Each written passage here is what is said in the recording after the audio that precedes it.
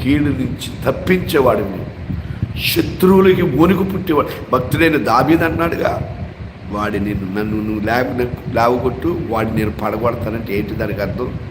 సావగొడతాననే కదా. మరి ఈరోజు చాలామంది నీ బిడ్డల్ని హింసిస్తున్నారుగా, నీ బిడ్డల మీద కీడు తలపెడుతున్నారుగా. మరి వాళ్ళని ఏం చేయాలి? ప్రభువా నీకు అప్పగించు, నువ్వు న్యాయాధిపతిగా క్షమిస్తావో శిక్షిస్తావో నీ ఇష్టం. కనుక